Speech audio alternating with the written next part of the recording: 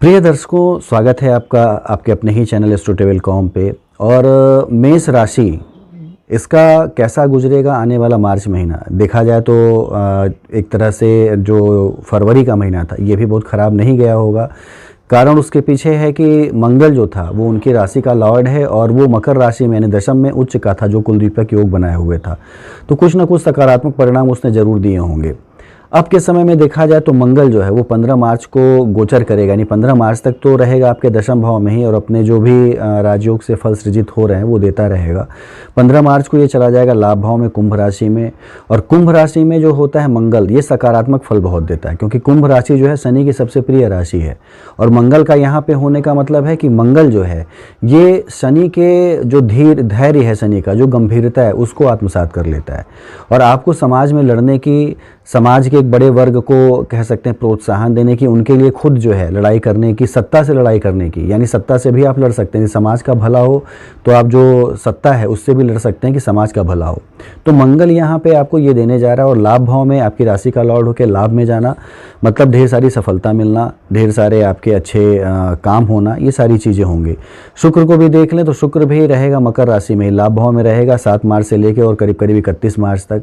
ये बड़ा ही बेहतर संयोग बनाएगा।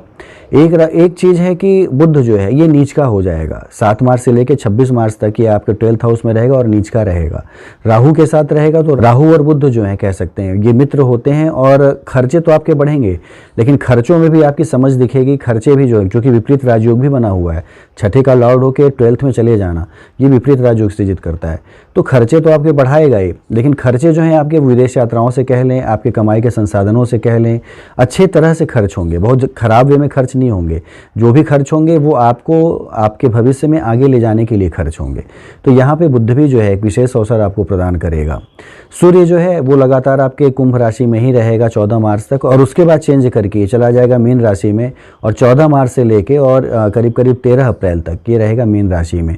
तो 14 मार्च के बाद जबकि सूर्य भी 12th हाउस में जाएगा, बुध भी यहीं रहेगा, राहु भी रहेगा, तो थोड़े विपरीत फल मिलने की संभावनाएं बनेंगी। खास तौर से बैंक से जिसने लोन लिया हुआ है, जो ऐसे काम करता है जिसमें उसके शत्रु बहुत ज़्यादा हैं, एनिमीज़ की संख्या बहुत ज़्यादा है, उनके लिए, उन सभी लोगों के लिए थोड़ा एक सावधानी वाला समय होगा क्योंकि तीनों की समृद्ध दृष्टियाँ आपके छठे भाव पे पड़ेंगी। तो रोग होना, शत्रुओं से नुकसान होना, व्यर्थ के शत्रुओं के कारण खर्च होना, ये सारी चीज़ें घटित होंगी आपकी। तो 14 से पहले यदि आपके पास लगता है कि साधन सारे सुलभ हैं और आप काम कोई अच्छा कर सकते हैं तो कर डालिए। 14 के बाद थोड़ा आपको धैर्य रखना होगा, थोड़ा आपको संभल के चलना होगा क्योंकि राहु और सूर्य का ग्रहण दोष बनेगा और बुध जब यहाँ पे रहे तो ये भी कह सकते हैं कि एक बाधक प्लेनेट हो जाता है यहाँ पे राहु, बुध और सूर्य। तो 12th हाउस आपका विशेष रूप से प्रभावी होगा। तो खर्च की अधिकता आपको देखेंगे कि मार्च के आधे जो महीने उसमें आपको बढ़ी हुई मिलेगी। तो इतनी थी तो गोचर की बात। बाकी बृहस्पति को कह लें, शनि को कह लें, राहु केतु लंबे समय तक के लिए गोचर और लगातार इस पर वीडियो भी बनती रही है।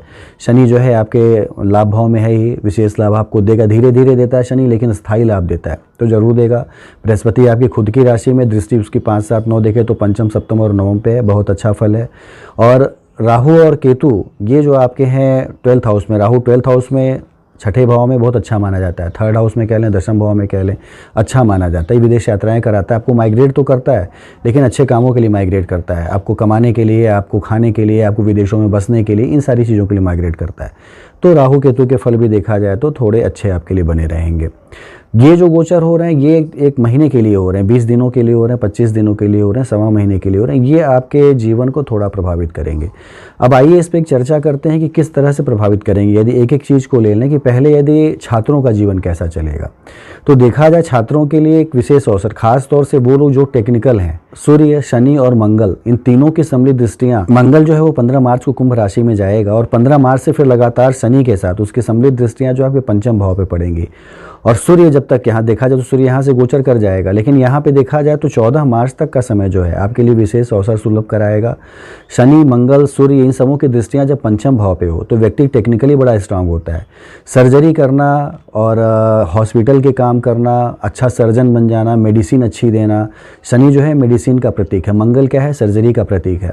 तो इन सब चीज़ों में बहुत ही आशातीत लाभ आपको देगा। यानी देखा जाए तो इस फील्ड से जुड़े हुए लोग हैं या इस फील्ड में जो लोग काम करने का प्रयास कर रहे हैं, उनके लिए एक विशेष अवसर उन छात्रों के लिए होंगे, या इस तरह की नौकरी जो लोग ढूंढ रहे हैं उनके लिए भी एक विशेष अवसर मिलेंगे। क्योंकि देखा जाए तो दशम का जो लॉर्ड है शुक्र, वो भी लगातार आपके फिर लाभ भाव में ही बना रहेगा 7 मार्च से 31 मार्च तक।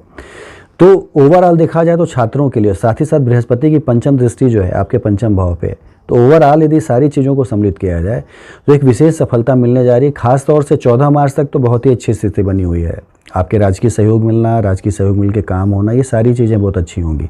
14 मार्च के बाद भी देखा जाए सूर्य जब यहाँ से गोचर कर जाएगा तो निश्चित रूप से आपको सफलता मिलेगी, और मंगल के कारण जो है कह सकते हैं, या शनि के समृद्ध दृष्टि के कारण आप में ऊर्जा असीम रहेगी, और आप उस ऊर्जा से मंगल और शनि से रिलेटेड जितने भी फील्ड हैं उसमें आपको एक विशेष सफलता मिलने की संभावना बनेगी। एक चीज़ यहाँ पे जो वीडियो बोलते बोलते ध्यान आए कि पंचम पे जब बहुत ज़्यादा पाप प्रभाव, आप देख रहे हैं शनि का भी प्रभाव है, मंगल का भी प्रभाव है, सूर्य का भी प्रभाव है, तो ये जो होता है खास तौर से, चूँकि पंचम भाव जो होता है संतान का भी भाव होता है, विद्या बुद्धि का भी भाव होता है, तो संतान के लिए थोड़ा ये जो है एक विशेष जो है खतरा उत्पन्न करता है, खास तौर से उनके लिए जो महिलाएं प्रेग्नेंट हैं। पंचम भाव पे पाप दृष्टि का मतलब है कि प्रेगनेंसी जो है, अबॉर्ट होने के खतरे ज़्यादा बढ़ जाते हैं। बहुत ही बच के रहना होगा, बहुत ही सावधानी से रहना होगा। सूर्य की आराधना करना, सूर्य की पूजा करना या शनि की पूजा करना बड़ा ही श्रेयकर होगा इस समय में। हालांकि बच्चे इस समय जो होंगे बड़े ही प्रतापी होंगे और बड़े ही ऊर्जावान होंगे कह सकते हैं आप, लेकिन जो भी महिलाएं प्रेग्नेंट हैं उनके साथ इस तरह की घटनाएं न हो, इससे अच्छा है कि थोड़ा सावधान रहें, थोड़ा सजग रहें। ये इसके बाद यदि हम हेल्थ की बात करें तो हेल्थ आपका बेहतर रहेगा। थोड़े चर्म रोग होने की संभावनाएं बनेंगी, थोड़े आपके तार्किक शक्ति आपकी घटेगी। राहु और बुध जो है जब एक साथ हो जाएं और लगातार नीच के हों तो तर्क करने की शक्ति आपकी कम हो जाती है, क्योंकि आपके गणित का ज्ञान जिसको बोलते हैं मैथमेटिक्स लगाना, बिना लॉजिक के मैथमेटिक्स नहीं हो सकती, तो लॉजिक में आपके थोड़ी कमी आ जाती है। आपको चर्म रोग होने की संभावनाएं बढ़ जाती हैं, आपके कान में कोई समस्या होने की संभावनाएं बढ़ जाती हैं। तो यहाँ पे जो सम्मिलित दृष्टियाँ हैं राहु की, बुध की और 14 तारीख के बाद से सूर्य की, ये आपको इस तरह की समस्याएं दे सकते हैं। तो इससे थोड़ा आप सावधान यदि रहते हैं, चूँकि केतु भी छठे भाव में, और केतु जो होता है ये आपके उदर से संबंधित रोगों को देता है, फिशर होना, पाइल्स होना, ये सारी चीज़ें हैं। तो इस तरह की चीज़ें यदि घटित होती तो मान के चलिए ग्रहों का कोई ना कोई गोचर जो है आपको प्रभावित कर रहा है। पहले से आप सावधान रहते हैं या इस तरह की कोई दवाएं खा रहे हैं तो नियमित करिए उसको, नियमित वर्कआउट करिए, निश्चित रूप से आप बचे रहेंगे। लव लाइफ और दाम्पत्य जीवन को ले लें तो बहुत ही बेहतर चलना है, कहीं से कोई संभावना ऐसी नहीं कि खराब हो। दाम्पत्य जीवन का जो लॉर्ड है शुक्र, वो लगातार लाभ भाव में रहेगा शनि के साथ, और शनि के साथ कुंभ राशि में जब शुक्र रहता है तो ये भोग विलास बहुत देता है। आप मन से जो होता है, जिसको आप प्यार करते हैं, जिसके साथ आप जुड़ते हैं, तन की जगह आप मन को खोजना शुरू करते हैं, क्योंकि कुंभ जो है वो शनि की बड़ी अच्छी राशि है। शुक्र जाता है तो वो धीर गंभीर होता है, उसकी विलासिता जो होती है वो बहुत ही लिमिटेड हो जाती है। ऐसा नहीं कि मकर में रहता है तो उसकी विलासिता बढ़ी चढ़ी रहती है, वो दिखावा करता है। कुंभ में शुक्र रहता है तो ये आपको मन से प्यार करना सिखाता है, आपको स्वाभिमानी बनना सिखाता है, किसी को धोखा न देना सिखाता है। भोग विलास सौंदर्य आप अभी भी दिखाएंगे, लेकिन आपका एक लिमिटेशन होगा, एक समाज के परंपराओं के अनुकूल होगा। तो देखा जाए तो सप्तम का लॉर्ड जो है वो चला जाए आपके लाभ भाव में, तो मान के चलिए कि दाम्पत्य जीवन आपका, और बृहस्पति की सप्तम दृष्टि भी आप पड़ रही है आपके सप्तम भाव पे, तो दाम्पत्य जीवन आपका बहुत ही बेहतर चलना है। लव लाइफ में आप कह सकते हैं थोड़ी परेशानी हो सकती है। सूर्य मंगल शनि की सम्मिलित दृष्टियाँ पंचम भाव पे हैं, हालांकि बृहस्पति जब भी पंचम भाव को देखे या सप्तम को देखे तो इन सब संबंधों को बड़ा अच्छा करता है, प्रगाढ़ करता है, लेकिन फिर भी आपको अपनी वाणी पे, अपने जेस्चर पे, अपने हाव भाव पे नियंत्रण रखना पड़ेगा, तो ही आपका लव लाइफ अच्छा चलेगा। दाम्पत्य जीवन आपका बहुत ही बेहतर चलना है, कहीं से कोई खराब होने की संभावना नहीं है। नौकरी करने वालों को ले लें और बिजनेस करने वालों को ले लें तो मैंने पहले ही बताया कि आपकी जब भी लग्न मजबूत होता है तो निश्चित रूप से नौकरी करना हो या बिजनेस करना हो, आप दोनों कर सकते हैं। नौकरी और बिजनेस दोनों का लॉर्ड आपके देखा जाए यदि, तो नौकरी के लिए शनि है, शनि चला गया है आपके लाभ भाव में, और साथ ही साथ जो बिजनेस का लॉर्ड है सप्तम का, वो चला गया है, वो भी चला गया है शनि के साथ लाभ भाव में, तो दोनों में लाभ मिलने की संभावनाएं तो असीम बनी हुई हैं। सूर्य मंगल जो है आपको सपोर्ट कर ही रहा है, राजकीय सहयोग दे ही रहा है, बृहस्पति की दृष्टि आपके पंचम सप्तम पे है ही है। तो देखा जाए तो मेष राशि वालों के लिए विशेष संयोग बने हुए हैं, विशेष एक फल मिलने की संभावनाएं बनी हुई हैं। मैंने पहले ये बोला कि राजयोग लाख बने हों और लाख अच्छे गोचर हुए हों, कर्म यदि आप करते रहेंगे तो गोचर वो फलित भी होंगे, और साथ ही साथ कर्म के साथ साथ ये भी देखना बड़ा विशेष आवश्यक होता है कि आपकी नैसर्गिक कुंडली कैसी। नैसर्गिक कुंडली में यदि ग्रह जो हैं वो अच्छे भाव में बैठे हुए हैं और मजबूत स्थिति में है तो ये गोचर और भी ज़्यादा फलीभूत होते हैं और भी अच्छे फल देते हैं।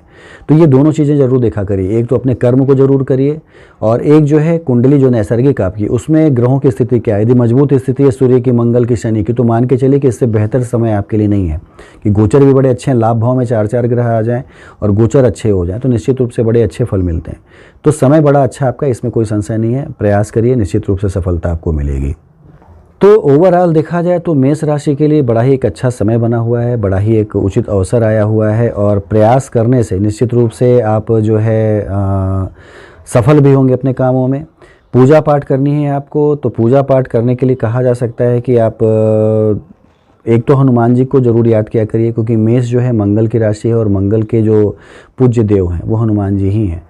और मेष राशि वालों को कह लें, वृश्चिक राशि वालों को कह लें, मकर कुंभ राशि वालों को भी कह लें, तो ये हनुमान जी की आराधना ज़रूर करनी चाहिए, क्योंकि उनकी आराधना से ही आपके सारे जो प्रगति के मार्ग हैं वो प्रशस्त होते हैं, जितनी बाधाएं वो दूर होती हैं, जो कष्ट हैं वो दूर होते हैं।